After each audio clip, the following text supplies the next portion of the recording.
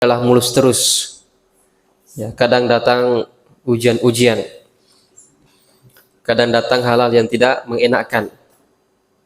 Ya, demikianlah dari kehidupan dunia berputar.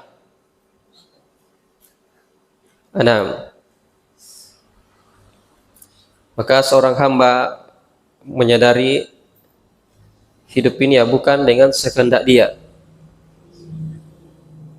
tapi dia diatur oleh Allah Subhanahu wa taala. Maka dia berupaya bersabar terhadap gangguan-gangguan ataukah musibah yang menimpa dirinya. Ketika mendapatkan musibah, maka bukanlah artinya hamba itu dibenci oleh Allah Subhanahu wa taala. Bahkan boleh jadi musibah tersebut merupakan bentuk kecintaan Allah Subhanahu wa taala kepada dirinya. Maka dia menyebarkan dirinya di atas ketakwaan. Rasulullah sallallahu alaihi wasallam menyebutkan dalam hadis riwayat Imam Ahmad Tirmidzi dari Abu Hurairah, ya kata beliau, ma yazal bala bil mu'mini wal mu'minati fi nafsihi wa waladihi wa malihi hatta yalqallah wa ma alaihi khati'ah. Kata Rasulullah, terus menerus bala, ujian, musibah menimpa seorang hamba pada dirinya, anaknya, atau hartanya. Dia terus kena musibah, kena ujian, kena fitnah dan semisalnya, sampai ia berjumpa dengan Allah Subhanahu wa taala, yaitu sampai ia meninggal. Wa ma alaihi khati'atun, dan tidak membawa dosa apapun. Ya, tidak membawa dosa apapun. Kenapa? Karena musibah tersebut, ujian tersebut itu menjadi sebab dihapuskannya dosa-dosanya. Maka berupaya bersabar menghadapi semua hal tersebut. Dan kita dituntut untuk bersabar. Apakah sabar dalam menjalankan ketaatan, lakukan perintah, ataukah sabar meninggalkan maksiat, ataukah sabar menghadapi menjalani takdir Allah Subhanahu wa taala. Ya, makanya di antara hal yang begitu mendalam bagaimana sambutan para malaikat di surga nantinya itu dengan menyebutkan satu sifat saja. Ya, satu sifat saja. Salamun alaikum bima sabartum. Fa ni'ma uqbad dar. Keselamatan atas kalian sebab kesabaran kalian. Jadi tidak disebutkan salatnya, puasanya, sedekahnya, hanya satu sifat saja, satu amalan, yaitu sebab kesabaran kalian. Karena itulah kuncinya, sabar melakukan perintah, sabar meninggalkan larangan, dan sabar menjalani takdir Allah Subhanahu wa taala. Maka kita butuh kesabaran untuk bisa bersabar. Kita butuh sabar untuk bisa bersabar. Sabar menuntut ilmu. Sabar mengamalkan ilmu. Sabar mendakwahkan ilmu. Maka ya harus bersabar, dan tentunya kunci adalah dengan ilmu. Dengan ilmu agama. Kalau tidak ada ilmu, ya bagaimana bisa bersabar? Ketika dia tidak punya pedoman, tidak punya penguat, maka kesabaran itu sulit. Kesabaran itu sulit. Lihat yang terjadi ketika ada seorang wanita yang sedang menangis di kuburannya, sedang menangis di kuburan, menangisi wafatnya keluarganya. Maka Nabi pun melewatinya dan berpesan kepadanya, ittaqillah wasbiri. Bertakwalah kepada Allah dan bersabarlah. Ya, apa katanya? Ilaika anni. Pergi dariku. Innaka lam tusab bi musibati. Engkau tidaklah mendapatkan musibah seperti musibahku ini. Ditegur sama Nabi sallallahu. Nah, tapi dia tidak sadar yang menegurnya adalah Rasulullah sallallahu. Sehingga mengucapkan ucapan yang tidak mengenakan. Maka Nabi pun berlalu meninggalkannya. Setelah itu disampaikan kepadanya bahwa tadi yang menegur adalah Rasulullah sallallahu. Dia pun bergegas menyuruh Nabi sallallahu dan tidak mendapati penjaga. Dia pun sampaikan alasan-alasan dan seterusnya, tapi kata Nabi, ya innamas sabru indas sadamatil ula. Kesabaran itu ketika pertama kali menimpa kita. Artinya pas kejadian itulah kesabaran. Adapun setelah berlalu waktu, ya maka itu bukan kesabaran, ya kata Nabi sallallahu. Jadi kesabaran itu adalah ketika hantaman yang pertama. Dan kita butuh ilmu untuk bisa bersabar. Kita butuh ilmu untuk bisa bersabar. Ya maka bersabarlah. Terus belajar dan mengamalkan ilmu tersebut. Ikhwani akhwati fiddin rahimani wa rahimakumullah, kita lanjutkan pelajaran kita. Masih tentang hal-hal yang dimakruhkan ketika sholat. Telah kita lewati 7 poinnya. Yang pertama kemarin ya dimakruhkan mencukupkan dengan Al-Fatihah saja 2 rakaat pertama. Nah, ini untuk sholat sendirian ya. Adapun sebagai makmum ya memang harus begitu. Hanya membaca Al-Fatihah ketika makmum. Yang kedua itu mengulang-ulang Al-Fatihah. Dan ini kita sampaikan bahwa ya bahkan dikhawatirkan ketika dia mengulangi surah Al-Fatihah full, itu bisa dia menambah rukun. Yang menambah rukun. Yang ketiga itu dimakruhkan menoleh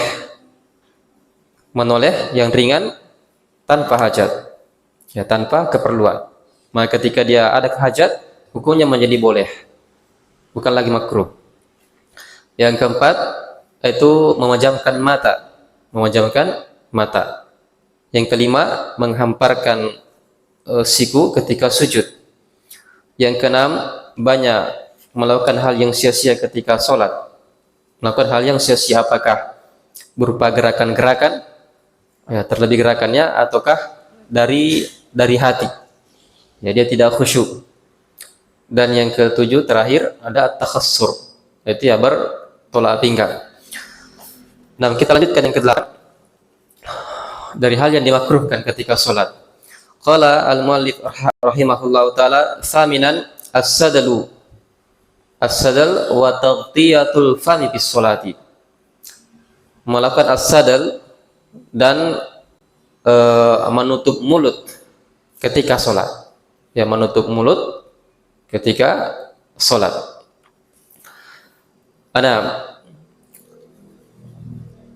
Li hadits Abu Hurairah, berdasarkan hadits Abu Hurairah radhiyallahu anhu qala, boleh berkata, naha Rasulullah sallallahu alaihi wasallam anis sadali fi shalah. Rasulullah SAW melarang melakukan perbuatan sadal dalam salat. Wa yughtiya ar-rajulu fahu, dan seseorang itu menutup, wa yughtiya ar-rajulu fahu, dan seseorang itu menutup mulutnya. Tayyib. Ya, hadits riwayat Abu Dawud At-Tirmidzi. As-sadal ayatrahul musallit sauba ala katifaihi. Sadal itu orang yang salat dia yatrahu menghamparkan pakaian pada kedua pundaknya. Wala yarudda torfaihi alal katifain, dan tidak memasukkan kedua ujungnya pada bahunya. Jadi ya gambarannya seperti ini. Asal itu misalnya pakaiannya jaket itu lengannya itu tidak dimasukkan tangan ke lengannya. Jadi tinggal dipakaikan saja di punggung. Sudah paham ini gambarannya? Ya, kan ada tangannya kan?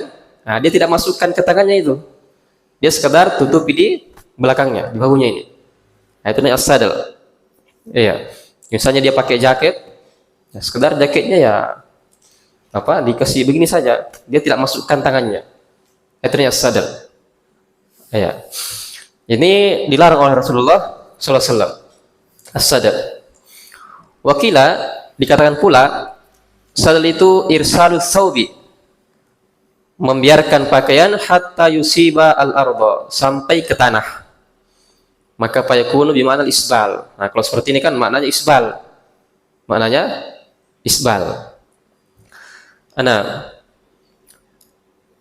tayyib. Ya laku hal ini ya sadal itu yang kuatnya ya. Isbal kan terlarang. Terlarang ya di dalam waktu salat. Adapun sadal tadi ya menyimpan pakaian tanpa masukkan ke tangannya itu. Ana itu as-sadal. Dan ini dimakruhkan.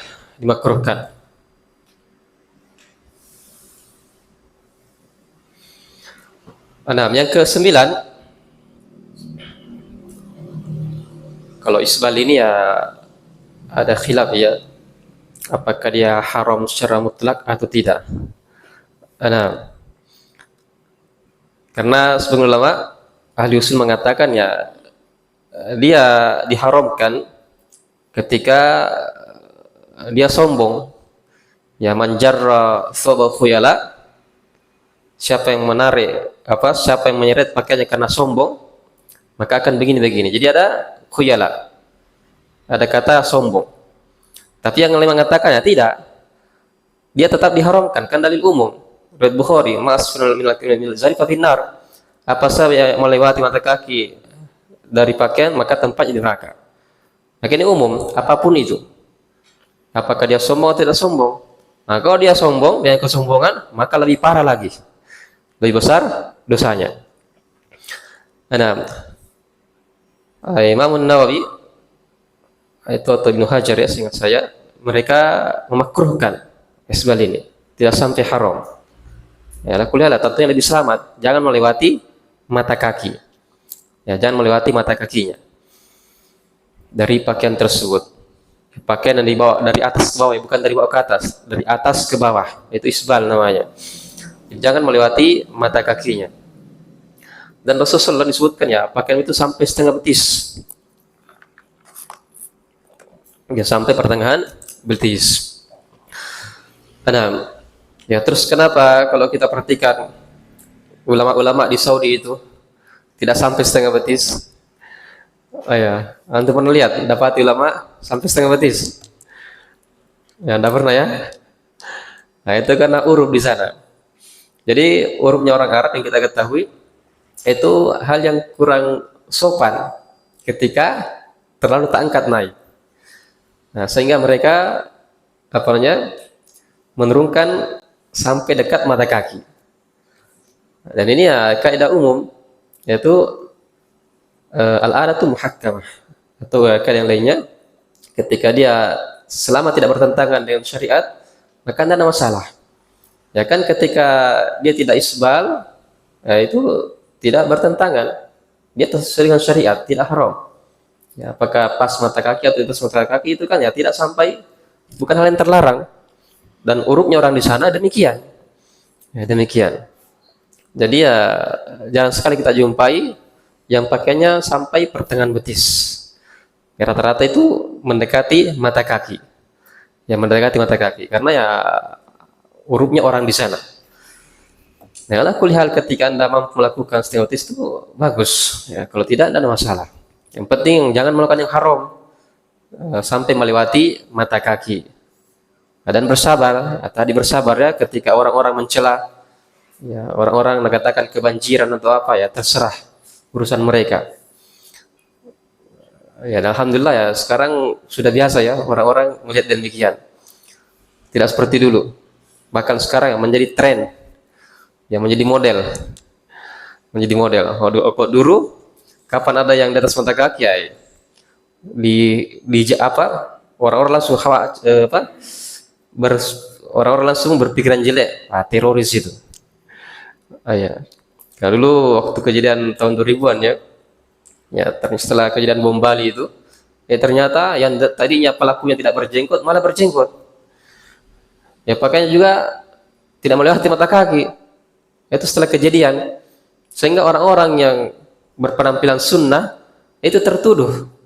Nah, seperti dulu kita, tertuduh. Sekedar turun dari hotel bawa pisang ngepe, ya ditahan sama petugas.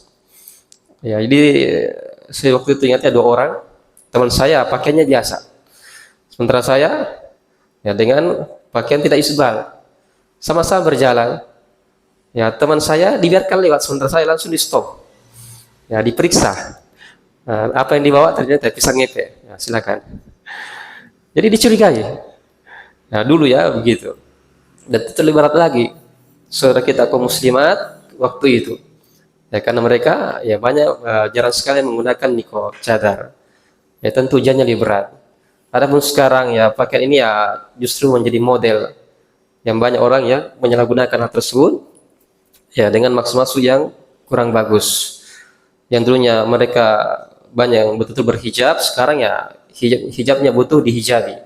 Kata Syekh Ruslan ya hafizallahu taala, hijab sekarang itu butuh dihijabi lagi. Nah, jadi terjadi pergeseran nilai dari hijab tersebut. Begitu pula pakaian syar'i laki-laki yang tadinya betul-betul syar'i longgar. Nah, sekarang ya banyak yang penting tergantung. Ya, meskipun sempit-sempit. Nah, ini apa namanya? Kurang bagus. Jadi pakaian itu ya pakaian yang longgar, pakaian yang longgar. Jangan membentuk badan. Jangan membentuk badan. Ya, ketika sholat, ketika misalnya pakaiannya memang pakaian yang ketat, maka ya pakai sarung ketika sholat supaya lebih tertutup auratnya. Ya, lebih tertutup auratnya. Jadi ya biasa ya dulu kita tuh ya ke kampus bawa sarung terus. Jadi kentara siapa yang harus sudah siapa yang bukan. Orang-orang yang sama modelnya. Ya. Tapi yang Sunni insya Allah mereka bawa sarung ketika ke kampus. Kenapa? Lebih menutup aurat. Lebih menutup aurat. Adapun orang sekarang ya banyak yang sudah berpakaian tapi ketat. Nah, dipakai sholat. Ya, dipakai sholat. Yang penting tidak tergantung, tidak isbal katanya. Padahal modelnya ketat ya, dan ketika sujud atau ketika rukuk ya, banyak yang terbentuk dari auratnya. Itu lebih selamat insya Allah. Ya, lebih selamat ya. Ketika pakainya longgar atau pakai sarung di luar ketika mesti demikian. Ada. Ya, tadi masalah isbal ya, masalah isbal. Jadi jangan juga terlalu hulu ketika ada orang isbal, bukan ahlus sunnah, bukan salafi. Ya, siapa bilang itu masalah fikih ya? Ada khilaf di antara para ulama masalah tersebut. Jadi tidak bisa dijadikan patokan. Ahlus sunnah itu pasti tidak isbal. Ya, siapa bilang? Nah, jadi ini khilaf di antara para ulama masalah hukum tersebut. Ada yang tidak sampai mengharamkan dari hal tersebut. Maka ya pembeda antara ahlus sunnah dan lainnya itu adalah pada pokok-pokok akidah, bukan para perkara ijtihadiyah. Ya, bukan perkara ijtihadiyah. Satunya bolehkan foto, satunya tidak boleh. Ya, satunya boleh hiasan, boleh tidak boleh, ada tidak boleh hiasan.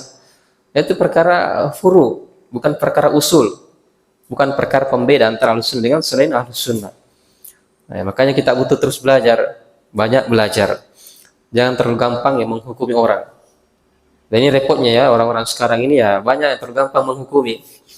Ya, menghukumi orang si fulan begini begitu.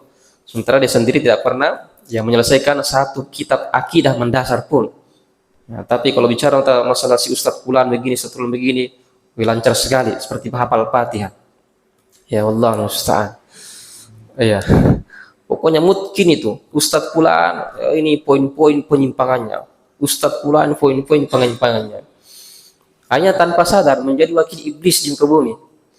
Tanpa sadar membuat orang-orang meninggalkan majelis ilmu, meninggalkan mengambil ilmu dari Ustadz Fulan. Oh ya, tidak sadar menjadi wakil iblis di muka bumi, menghalang-halangi orang dari ilmu. Ya hati-hati ya. Nah, jadi hati-hati dalam berucap, bersikap, jangan sampai menjadi sebab ya orang-orang terhalangi dari hidayah dari Allah Subhanahu wa taala gara-gara Anda. Nah, ini biasanya karena penyakit hizbiyah, ya penyakit hizbiyah, wallahu musta'an.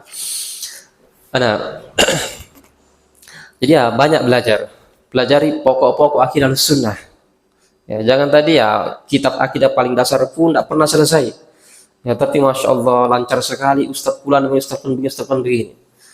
Ana la haula wala quwata illa billah. Yang kesembilan, musabaqatul imam, mendahului imam. Liqaulihi sallallahu alaihi wasallam, ama yakhsha ahadukum idza rafa'a ra'sahu qabla al-imami, tidakkah khawatir di antara kalian apabila dia mengangkat kepalanya sebelum imam, ayaj'alallahu ra'sahu ra'sa himarin, Allah jadikan kepalanya itu kepala keledai, o yaj'alu suratahu surata himarin, atau bentuknya dibentuk keledai. Ya rawahu Bukhari Muslim. Jadi larangan mendahului imam, larangan mendahului imam. Ya innama ju'ilal imam liyutamma bi. Yang itu didirikan hanya untuk diikuti, hanya untuk diikuti. Maka ya tidak boleh mendahulinya. Ya bahkan menyamainya pun itu hal yang dimakruhkan, menyamai imam. Nah, makanya para sahabat itu mereka jelaskan bahwa ya nanti mereka turun untuk sujud ketika imamnya sudah sujud. Imamnya sudah sujud, baru turun bergerak sujud. Ya, dan hati-hati juga terlambat mengikuti imam.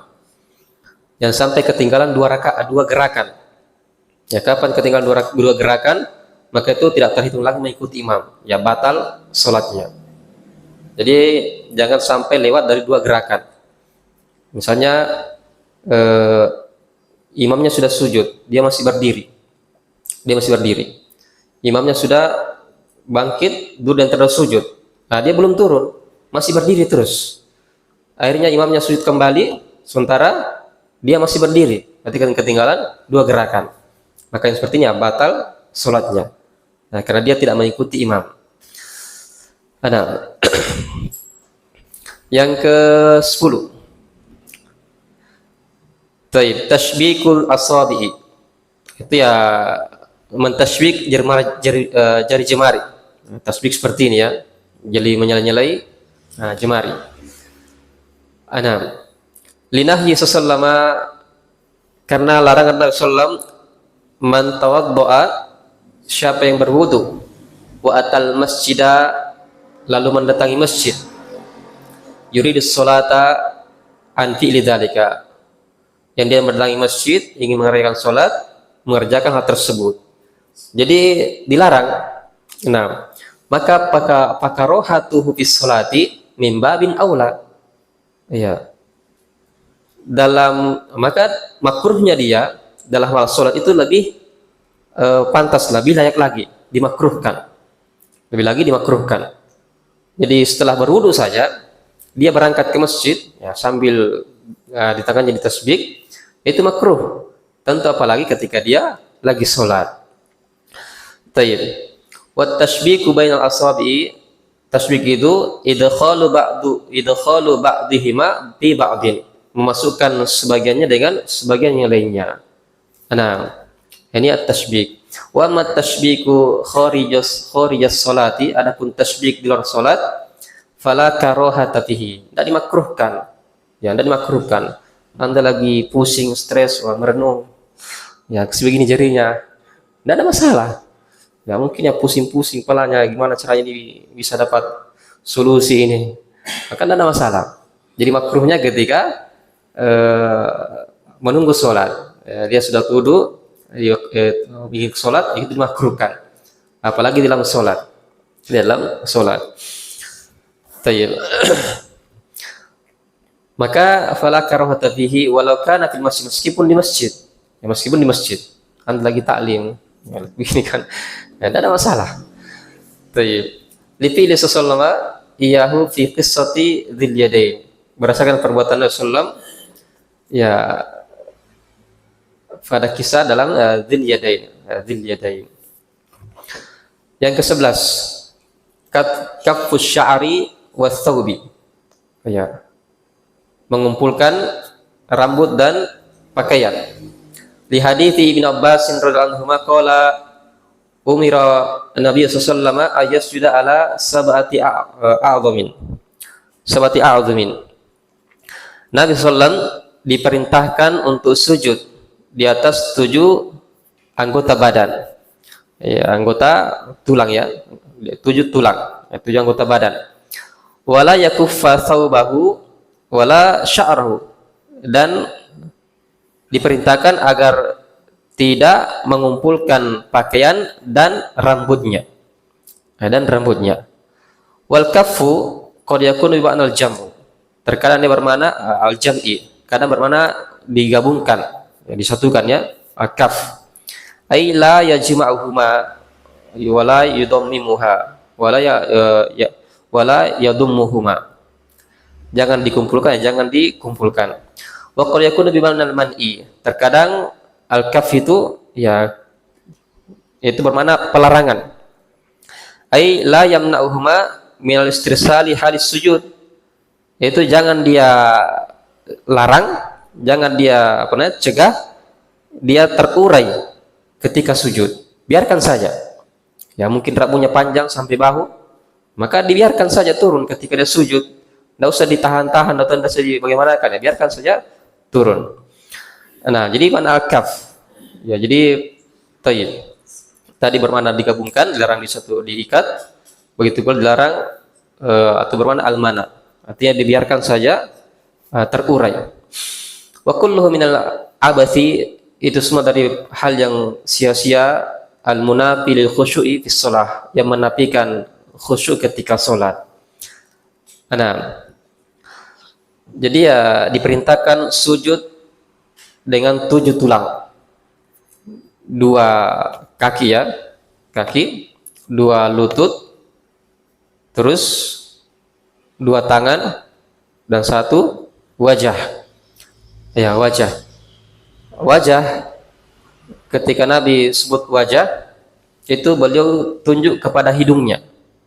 Nah, maka ini ketika sujud itu hidung wajib mengenai lantai, yang mengenai tempat sujud, tidak boleh diangkat. Ini rukun solat. Makanya bahaya ketika dia tidak meletakkan, merapatkan hidungnya di tempat sujudnya, itu bisa membatalkan solatnya. Karena dia termasuk dari wajah. Ya, dia termasuk dari wajah. Nah, kemudian ya sebagian orang mengatakan bahwa ya tidak sah sujudnya ketika ada menghalangi dahinya. Jadi songkonya katanya tidak boleh seperti ini.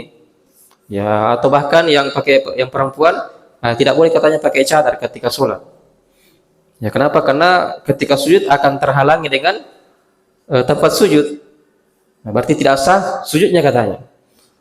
Ya, tidak sah sujudnya. Kenapa? Ada penghalang antara dahi dengan lantai. Bagaimana ini? Makanya tidak benar. Ya, tidak benar. Bukanlah dikatakan syarat, dikatakan sahnya sujud itu ketika bagian tubuh tadi harus langsung terkena, tidak boleh ada penghalangnya. Andaikan pikirannya seperti itu, maka ya silakan lututnya juga itu dilubangi. Ya, lututnya juga dilubangi supaya langsung juga kena lantai. Nah, ini ya. Jadi agama ini bukan main akal-akalan. Nah, jadi tangan ya langsung kena, kaki langsung kena. Tapi ketika penghalang antara dahi dengan lantai katanya tidak boleh. Ya, terus kenapa dengan lutut? Harusnya kan kalau begitu pikirannya, lututnya juga harus dilubangi supaya juga menyentuh lantai. Ya, Allahu musta'an. Nah, begitu pula ini tadi masalah pakaian, yaitu menggulung-gulung pakaian. Ya, menggulung-gulung pakaian. Itu larangan digulung-gulung. Karena orang kan biasa ya digulung-gulung pakaiannya atau kecelananya. Ya, karena dia dapat hadis bahwa ya ketika sholat dalam keadaan isbal ya tidak sah sholatnya. Meskipun hadisnya lemah ya. Nah, hadisnya tidak kuat yang kita pahami. Memang dia terlarang di dalam dan luar sholat. Jadi karena dia celananya panjang ya dia gulung-gulung. Dia gulung-gulung. Ini hal yang dimakruhkan. Apakah celana ataukah lengan bajunya. Nah, itu dimakruhkan. Maka tadi al-kaf dibiarkan terurai. Biarkan terurai sama dengan rambutnya. Ya, jangan diikat, biarkan saja. Rambut gondrongnya itu ya terurai ketika sujud. Ya, rambut sampai bahu ya. Ya, karena Nabi SAW itu ya dulu pakai rambutnya sampai bahu. Nah, orang-orang dulu. Apakah itu sunnah? Rambut sebahu itu sunnah? Ini pentingnya belajar usul. Nah, jangan sampai sapu rata. Pokoknya perbuatan Nabi sunnah semuanya. Anda seperti itu. Ya, ada namanya sunnah apa? Ada apa? Perbuatan Nabi itu terbagi 6. Syekh Utsaimin ya bagi dalam kitab Syarah Mandhumah ya. Usul fikih wa qaidih ya. Ada namanya situ pembagian. Maka tidak semuanya disunnahkan dari perbuatan Nabi. Ada yang sifatnya tabiat, ada yang sifatnya kekhususan, ada yang sifatnya memang apa namanya itu adat dan semisalnya. Nah, seperti rambut beliau panjang, itu adat waktu itu. Ya adatnya orang-orang ketika itulah berambut sampai sebahu. Ya bukan model-model kita ini. Ya maka ketika kita merambut seperti sebahu itu, kita katakan bukan hal yang disunnahkan. Nah, tapi yang disunahkan adalah itu mengikuti uruf orang di negeri kita. Nah, tapi siapa yang dia mau panjang rambutnya sampai sebahu, maka silakan. Ya, tidak tercela. Nah, tapi tidak dikatakan dia hal yang disunahkan. Ya, sama dengan apakah disunahkan ketika keluar rumah pakai tongkat? Ya, seperti disangka sebagian orang ya. Sebagian jamaah itu ya ikutannya sunnah pakai tongkat keluar rumah. Ya, mereka pergi berdakwah bawa tongkat. Nah, itu sama seperti itu. Itu adat. Ya, orang-orang dulu bawa tongkat di zaman Nabi Sallam. Tapi apakah dia hal yang disunahkan ya? Kita katakan bukan hal disunahkan. Ya, bukan hal yang disunahkan. Jadi pentingnya belajar usul fikih. Jadi harus bisa bedakan mana hal yang disunahkan, mana yang bukan. Nah, ini banyak contoh-contoh seperti itu. Yang ke-12. Ya. As-salatu bi hadratit ta'am. Salat dengan hadirnya makanan. Au wa huwa yudhaful akhbathain. Atau dia apa namanya? Menahan dua kotoran. Dua kotoran. Itu kencing dengan BAB ya. Liqouli sallallahu alaihi wasallam salata bi hadratit ta'am. Tidak ada salat dengan hadirnya makanan. Wala huwa yudafihu al-akhbathan. Dan dia tidak pula tidak ada salat dalam keadaan dia menahan dua al-akhbathan. Amma karahatus salati bi hadrat ta'am, adapun makruhnya dengan hadirnya makanan itu fadzalika masyrutun. Itu disyaratkan.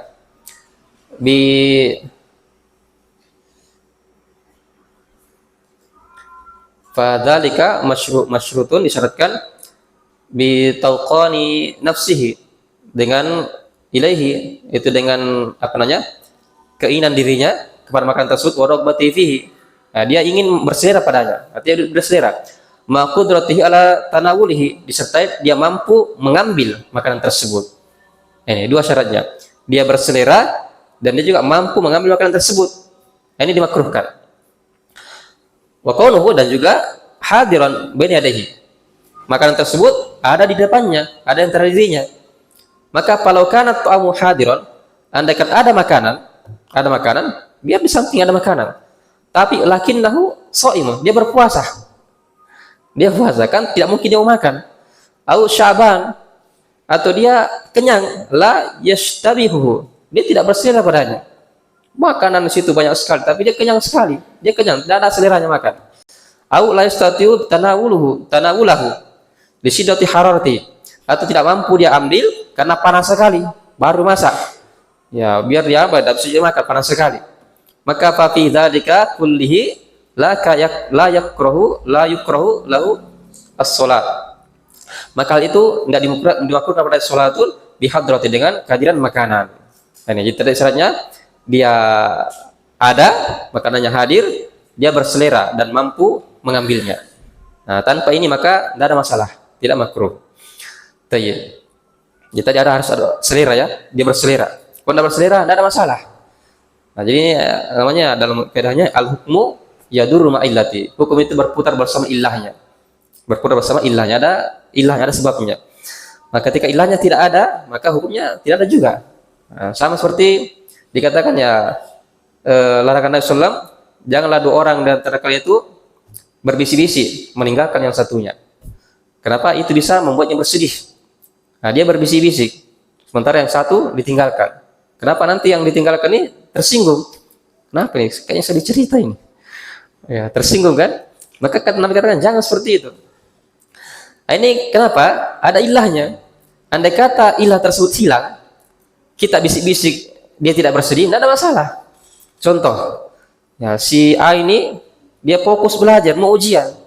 Ya, maka dua orang ini bisik-bisik tidak ribut. Kira-kira sedih tidak dia? Justru senang. Andai kata dia ribut, justru marah dia, mengganggu orang belajar, orang mau ujian diganggu.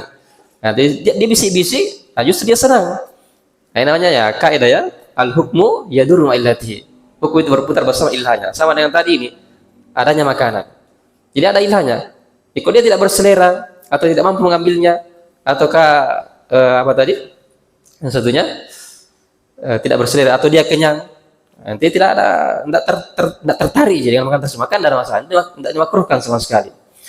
Ya amma al-akhbathan, adapun dua kotoran, fahum al-baul wal ghaid, ya kencingan BAB, wa qadana nuhi an dzalika kulli, itu larang seluruhnya. Walima fihi minal inshtighalil qalbil musalli, kan itu bisa menyibukkan hati orang yang salat. Wa tashattata fikruhu, pikirannya akan bercabang-cabang, terpecah, mimma yunafil khusyu'a fis shalah, dari apa yang menafikan khusyuk dalam salat. Wa qad tadarradu, dan terkadang membahayakan bihabasil bauli wal ghaidi, karena menahan kencing dan BAB ini, wa mudafa'atihima, dan menahan keduanya. Ini juga ya jadi di sini tadi dikatakan la solata. Jadi la itu penafian dalam bahasa Arab, kaidah usulnya ada 3 ya. Nafyun lil wujud, nafyun lis sihah, nafyun lil kamal. Nah, ini penting ini. Nafyun lil wujud, menafikan wujudnya. Nanti tidak ada sama sekali. Misalnya dikatakan ya la rajula fid dar, enggak ada sama sekali laki-laki di rumah itu. Ini nafyun lil wujud. Yang kedua nafyun lis sihah, menafikan kesohihannya. Ada wujudnya tapi tidak sah. Ya, ada wujud tidak sah. Seperti misalnya la ilaha illallah. Ya, sekarang ada tidak ilah selain Allah. Ya, banyak ya. Ya, banyak sama selain Allah, tapi tidak ada yang sah, tidak ada yang hak. Ini namanya nafyun lis sihah, menafikan kesohihannya. Sama dengan ya la salata liman yaqra bi Fatihil kitab. Dalam salat bagi siapa yang tidak membaca suratul Fatihah, artinya tidak sah salatnya. Yang ketiga namanya nafyun lil kamal, menafikan kesempurnaan. Dia sah tapi tidak sempurna. Tidak sah tidak sempurna. Seperti misalnya hadis, ya la yu'minu ahadukum hatta yuhibba li akhihi ma yuhibbu nafsihi. Tidak sempurna iman saudara kalian sampai mencintai untuk saudaranya apa yang dia cinta untuk diri sendiri. Nah, sekarang la di sini, hadis ini la solata. Tidak ada salat bihadrut ta'am. Ya, apakah dia bermakna nafyun lil wujud, lisihah atau lil kamal? Kalau wujud kan ya sudah hilang karena dia salat, ada salatnya. Sekarang apakah dia menafikan kesohian atau menafikan kesempurnaan? Nah, situ pembahasannya. Maka itu tergantung tadi. Ketika dia berselera sekali, betul-betul tersibukkan pikirannya sama tadi dengan dua kotoran, betul-betul tersibukkan dia tidak pokoknya pikirannya bagaimana cara supaya selesai sholat cepat. Nah, ini sudah batal di sini. Nafyun lisihah. Nah, nafyun lisihah. Pokoknya ya sudah anu sekali ya, macip ini. Nah, dia sholat sudah macip ini, tidak bisa tahu. Nah, itu nafyun lisihah. Menafikan kesohihan. Ya, menafikan kesohihan. Betul-betul hati sudah tidak konsen. Pokoknya, kapan ini cepat rukuk ya. Itu menafikan kesohihan. Adapun yang kedua menafikan kesempurnaan, ya dia kadang ditahan sedikit hilang sudah. Nah, kan seperti itu kan? Muncul, ditahan sedikit, lama-lama beberapa detik hilang. Ini menafikan kesempurnaan. Menafikan sah tapi tidak sempurna. Nah, dia tadi makruh. Dia makruh. Nah, tapi tadi kapan dia sudah betul-betul tidak konsentrasi sudah, yang dipikirnya cuma itu saja makanan dengan kotoran ini, maka ya menafikan kesohihan. Menafikan kesohihan. Ya, jadi ya pentingnya belajar usul. Yang terakhir, waktu ini. Raf'ul basri sama mengangkat pandangan ke langit. Likulli sallama la yantahiyanna aqwamun yarfa'una absarahum ila sama. Betul-betul kaum-kaum tersebut berhenti mengangkat pandangan mereka ke langit fi shalat ketika salat, au la yahtifanna absarahum, atau la tahtifanna absarahum, pandang mereka itu ya dihilangkan, dicabut. Jadi ya terlarang mengangkat pandangan ketika sholat. Maka yang abdolnya ya ke tempat sujud atau ke arah depan. Ya, larangan ke atas, larangan cingak ya. Nah, wallahu a'lam bishawab. Subhanakallah bihamdik asyhadu an la ilaha illa anta astaghfiruka wa atubu ilaik. Wassalamualaikum warahmatullahi wabarakatuh.